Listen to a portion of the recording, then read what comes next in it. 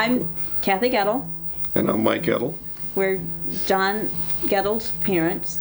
This is John. First of all, this is John's accomplishments in Boy Scouts. This is sort of a collage of some things that I've gotten to where I display. This was one of his birthday things where he was really happy and he played baseball. This is another picture that he did at the same general time frame. It was just before he died. On April the 16th of 2002, our son decided to complete bullycide. He was bullied to the point of completing suicide. And because he decided to hang himself at his middle school, leaving a note that saying bullying is a problem, I decided to look at a lot of things. And I said, yes, bullying is a problem. They say, oh, you're a boy, you're a man, you're not supposed to cry. John taught us differently. John was a very sensitive child. It was one of the things with some of John's bullies. It was like, what can we do to make John Gettle cry today? Just day after day after day. So my thing is, stop doing it. Don't continue to do something if you know that it's hurting somebody. All he knew was he was in pain and he wanted to get rid of his pain. And he wanted a message to be out there. This is the letter that was found at the scene. Okay?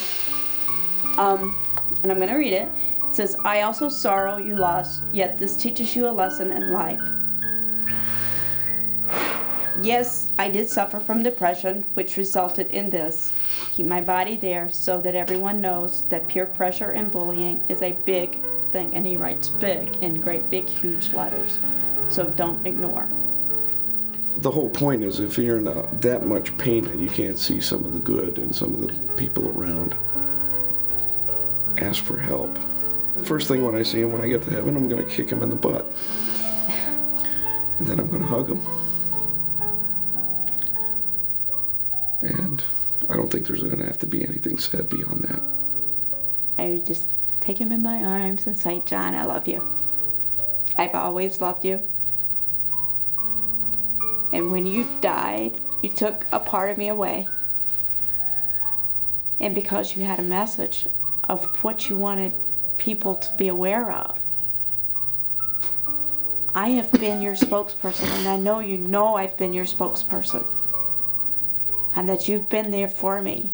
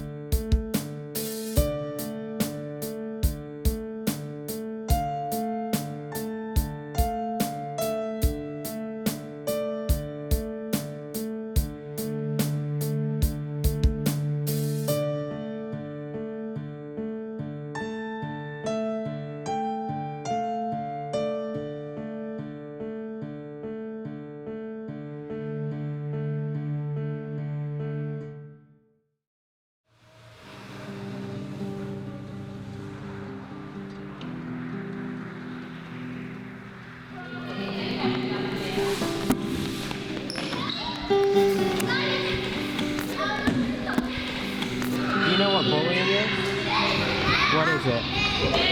It's when someone is being a bully and they push other people and they be mean. Bullying is when someone picks on someone and calls them names and being mean to people. It's teasing someone or being mean. That means you're a bad boy. Have you ever been bullied before? Yes, I have. How does that feel? It makes me sad. It's really mean to them and it hurts their feelings. They probably don't feel like they're normal. It doesn't stop, go walk away and tell a grown-up. Go and tell the teacher and then they'll probably handle it. How do you think we could stop people from bullying each other? Everybody being nice to each other. Think that's easy to do? Yeah.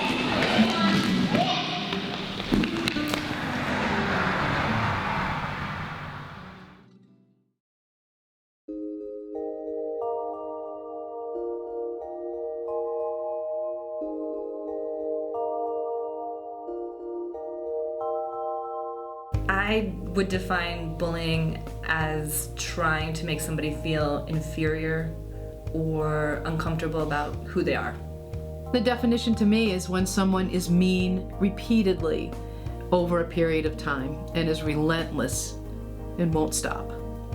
Isolating a person in a way, or people, in ways that make them feel inferior, oppressed, in a sense that you can't be expressive of what it is you are, or who you are, what your feelings are, just being you. Especially if your intentions are in it. If someone's intentions are to hurt someone and they're doing it repetitively, then that's bullying. And if it's just one thing, you're just making a joke, then I wouldn't consider that bullying. You can say something jokingly to someone, and I've done that in my lifetime, where I've said something that I thought was funny that hurt someone's feelings, or had it said to me. Really, when it comes down to it, the only thing that experts agree about is that bullying is about abusing power in school settings. I view it as a power struggle. I mean, bullying to me is one person trying to take somebody else's power, and the person whose power may be threatened trying to figure out how to hold on to it. It's most of the times these people who are insulting other people and are putting down other people really don't have any faith in themselves, and they feel better when they can make other people get down to their level. Some of the bullies actually are doing it for attention because they're not getting the attention at home. The leading reason why individuals engage in hurtful, mean-spirited behavior towards others is because they have role models in their lives that show them how to do it. I do believe it has an awful lot to do with how you were brought up and how you were taught to either respect other human beings and think about how you're treating them and how you'd like to be treated.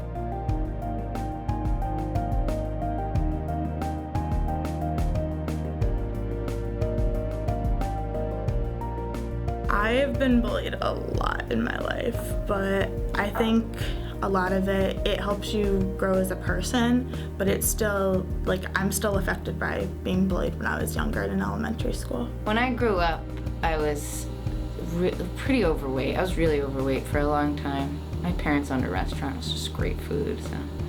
But I was made fun of a lot, and I knew I was made fun of. It was more so under the breath of people, on the bus, that kind of stuff. I remember it clearly to this day. In 8th grade, I remember being bullied because of my religion. And I remember the exact words the 2 or 3 students used over and over again. And I remember as well the teacher who yanked those students out of the hallway and came to my defense. And even now when I see him, he knows how much that meant to me now. And I'm much older than I was in 8th grade. I was always the smaller kid, so I was always picked on. And also because of my religion, so people crack jokes here and there. What it felt like to be constantly afraid of being made fun of, no matter what you did, whether it was when you stepped up to plate in PE, and at kickball. If you missed the ball because you were fat. You think you're a good person, you think you do all the right things, and then somebody puts you down, and it's like, what did I do wrong? Why don't people like me? I don't see a lot of pushing and shoving like everyone classifies bullying as, some football guys are pushing this kid against the wall. I don't see any of that.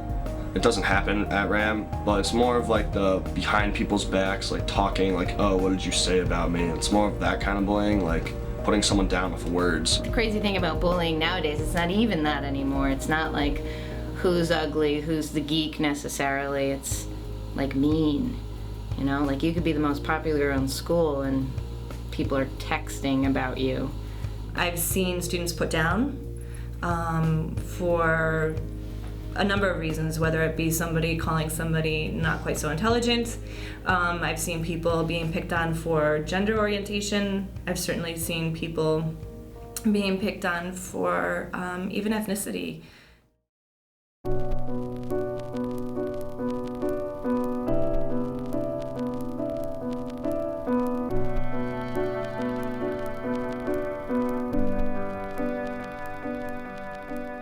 Cyberbullying is the intentional acts to humiliate, harass, or threaten somebody, using today's technology as the tool for it. Cyberbullying is way more of a concern nowadays than face-to-face bullying or pushing people bullying. Lately, a lot of it's been Twitter, and people write things that they can't say to someone's face on Twitter, and then people see it and they get hurt by it, and it goes a lot farther than they ever intended it to. With being online on various social networks, you can attack people at every angle that you want to.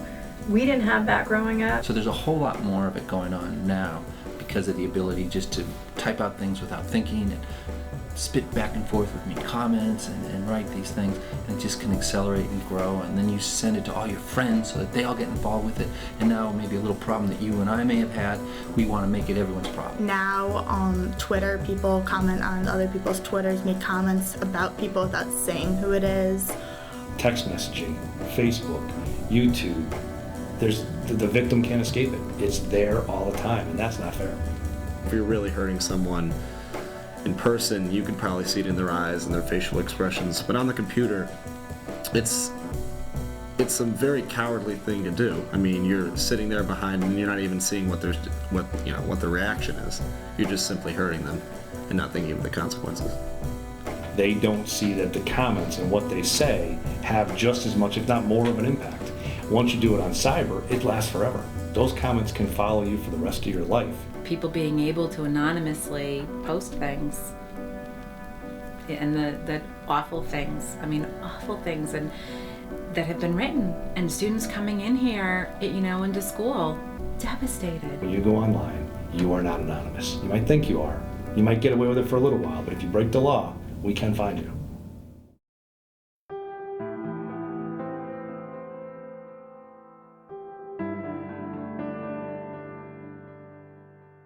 Those victims also need to take a stand and step forward and make sure that they're letting people know.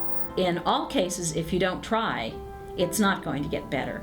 And if you have within a school an adult, a trusted friend, somebody who you can tell, who you believe will keep that information safe and do something about it, it's very important to tell. If you stay quiet, if you do nothing at all, if you're watching it happen to somebody and say nothing, nothing will change. It will always stay the same.